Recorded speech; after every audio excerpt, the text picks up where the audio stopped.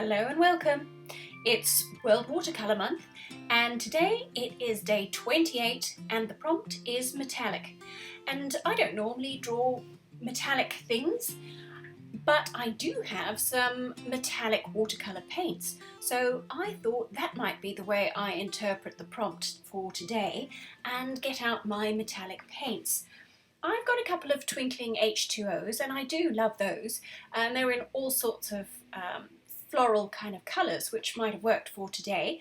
But most recently I bought a set of handmade metallic watercolour paints from Violet Connie, who is a fellow YouTuber, and I will pop the card in the top right hand corner so you can go and check those out for yourself if you'd like to.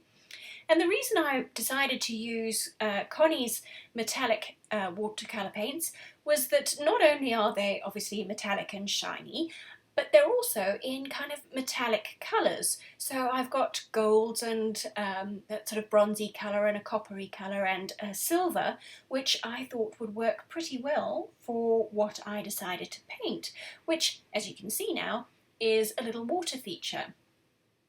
So I have used the metallic colours of metallic paint to fill in the water feature, and at the end I will use the silver colour and the pale blue in the metallics to put the water falling into the bottom container there.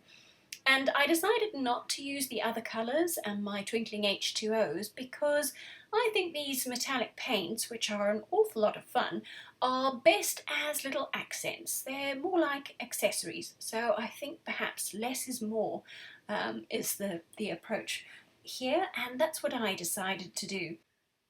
Do you have metallic watercolour paints? Have you tried them? What do you think of them?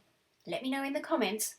And if you're enjoying the video, please hit that like button and don't forget to subscribe if you haven't already to make sure you catch the next video. And see you next time. Thank you for watching.